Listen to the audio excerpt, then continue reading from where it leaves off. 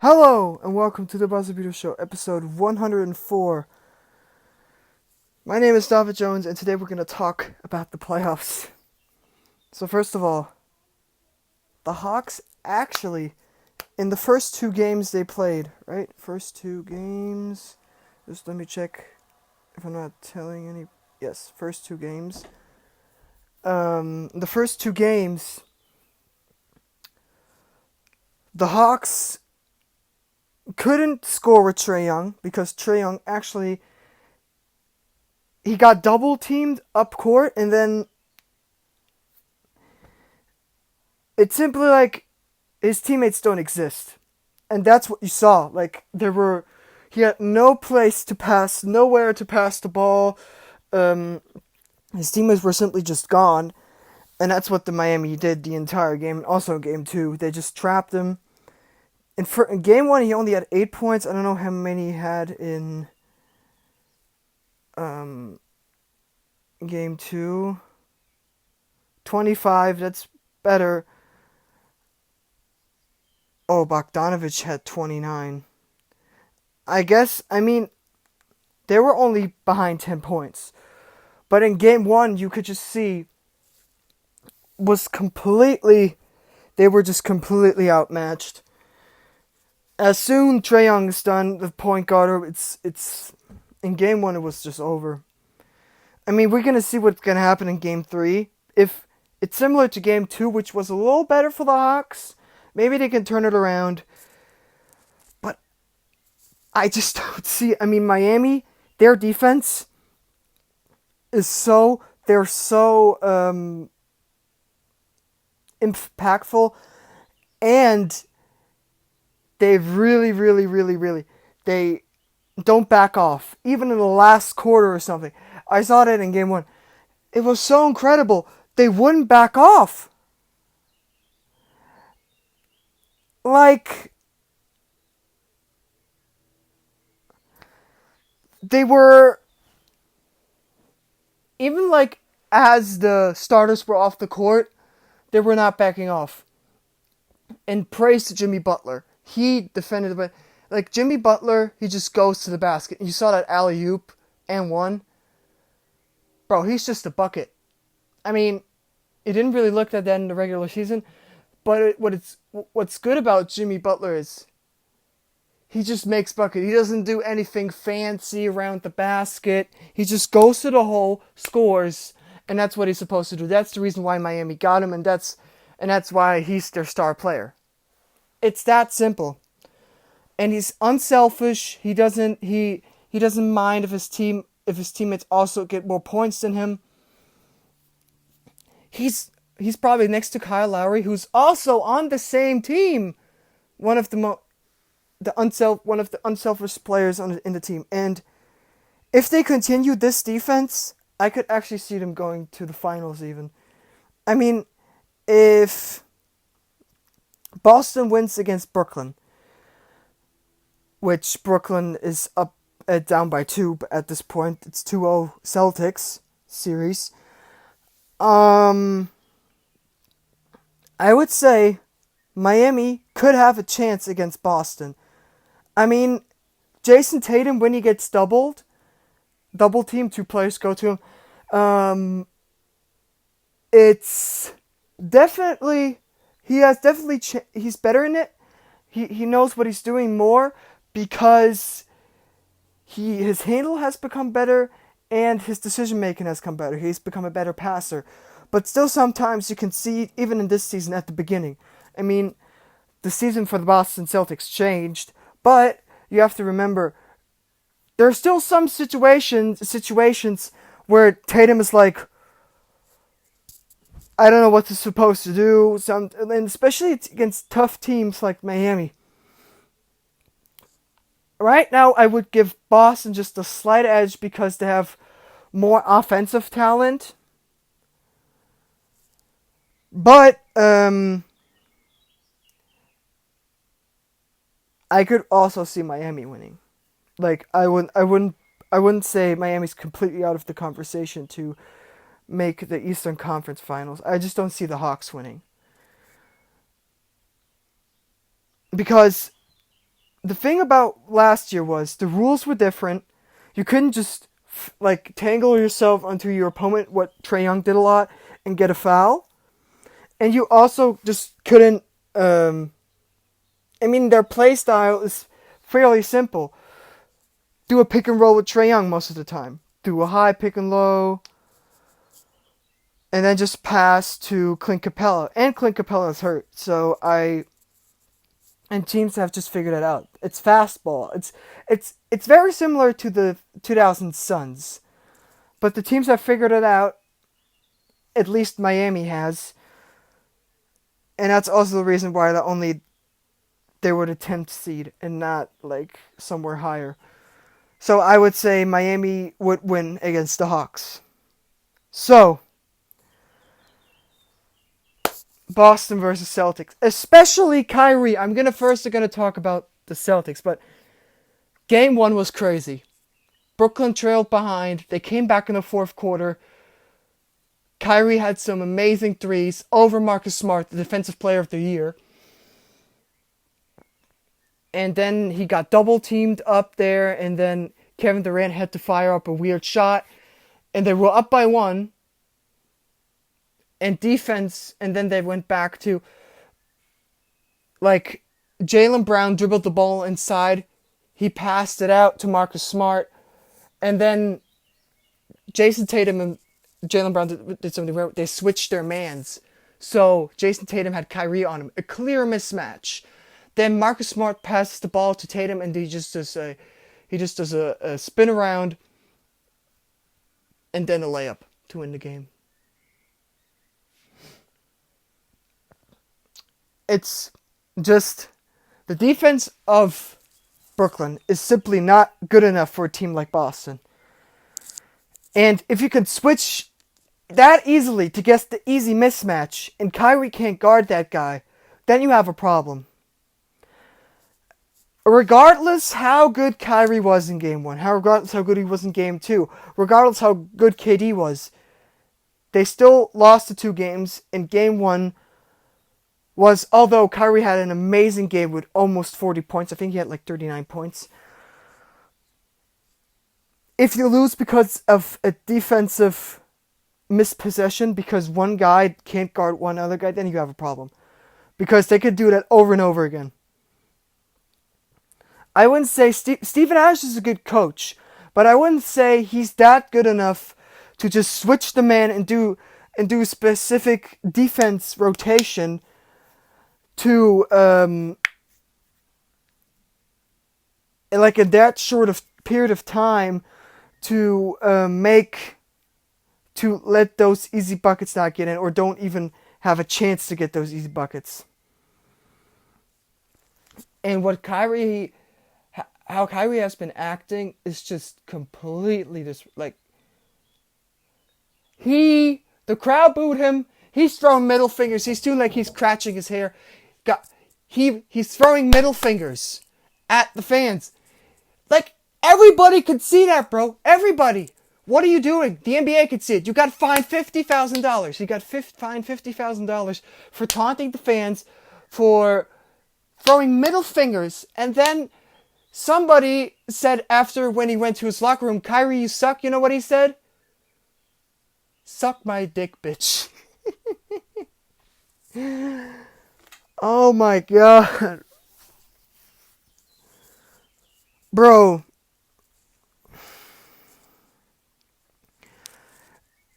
I don't know what's wrong with this man, bro. First, flat earth. Then, not getting vaccinated. And now this? Bro, this guy is just a complete... Since he's out of Cleveland, I don't know really if that happened with the flat earth in Cleveland. Correct me if I'm wrong. But this is just really, really, really, really bad, not good behavior.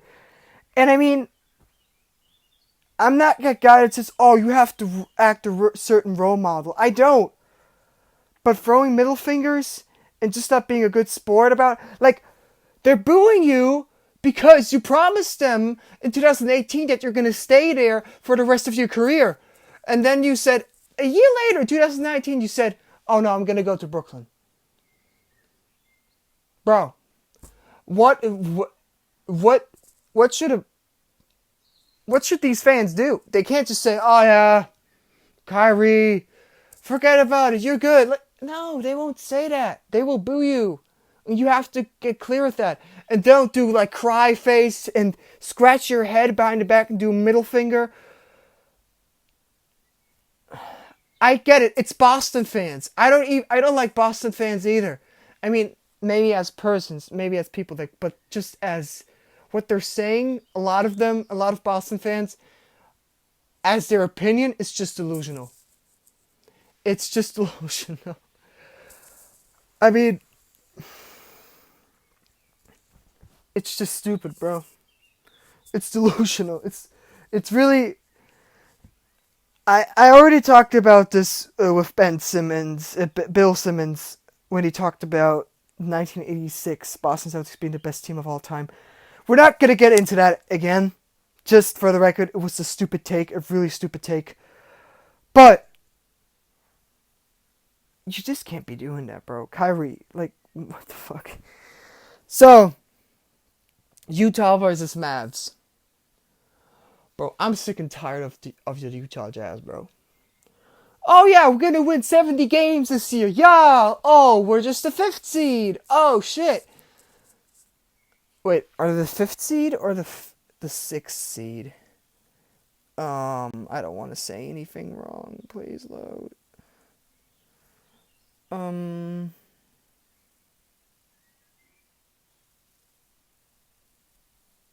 They're the 5th seed. All right, I said. Oh yeah, we're the Utah Jazz. We're the 5th seed. Like, oh my God, bro, you barely make the playoffs. I mean, without getting into the play-in tournament, you were the 5th seed. You could have dropped 2 seats lower, and the Mavs are just. They're crushing you. And Luka's not even on the goddamn floor. Dallas is right now a one-man show. He injured his calf, and he can't play. And you're down 2-1. Oh my God, bro. God damn. And all this thing about like, oh yeah, Donovan Mitchell's not playing Rudy Gobert the ball. Yeah, no shit, bro. Rudy Gobert... Bro, I'm so fucking pissed off. Rudy Gobert is the only player... He can only play defense. Oh yeah, he had a dunk highlight. Now he's an offense. No! He has good blocks. He has a good defensive rating. I mean, his team has a good defensive rating because of him. But if you're in the playoffs, you can't be... And sometimes he's always down low. And he doesn't really go up. The only thing that he does is he guards down low. That's all, bro. He doesn't go up the court. He only guards the big man down low. And as soon as some like a high fast guard, for instance like John Morant when he dunked on Rudy Gobert, if that happens, he's done, bro. If he's athletic, high flying, he could just dunk on you. He's not that super athletic. And his game hasn't changed over the last 3 fucking years, bro. It hasn't. Bro, Donovan Mitchell needs to leave Utah, bro. Come to the Knicks. Come on. Come to the Knicks, please. We'll even trade Randall, bro. Like, okay, maybe not, but we'll trade a couple pieces, all right? Just come to the Knicks, bro. Come to the Knicks. We'll give you a couple draft picks. We give the team money. I don't care, bro. They're not gonna go deep into this playoffs.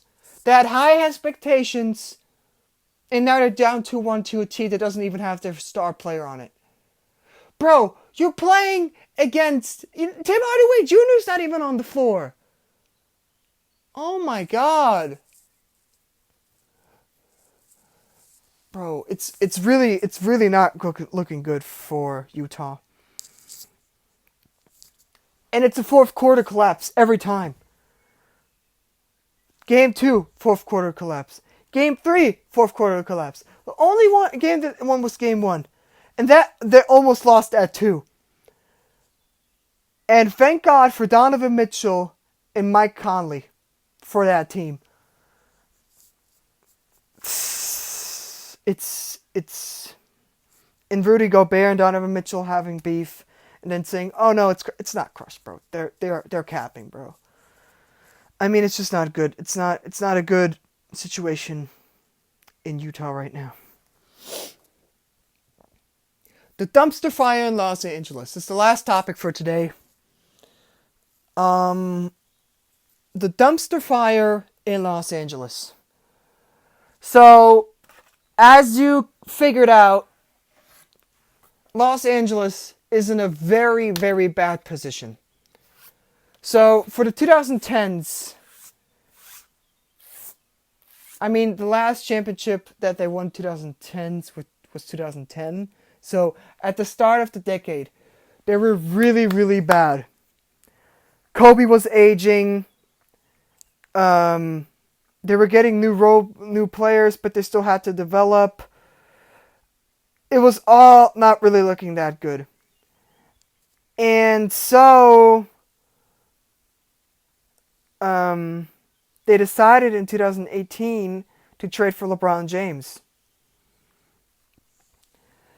That worked semi out. They ended up being the 10th seed, which is actually, they have a better record in 2018, 2019 than right now.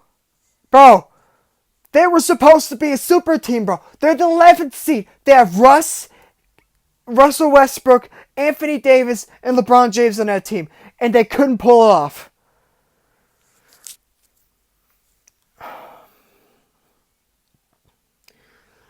And the biggest blame I would give the media. I mean, how delusional must you be to say, oh yeah, they're going to be the 1 seed. This is probably going to be the best Lakers season of all time.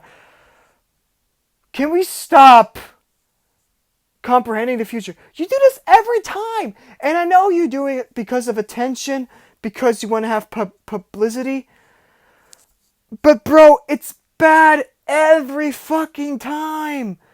It's a bad take. You look stupid. And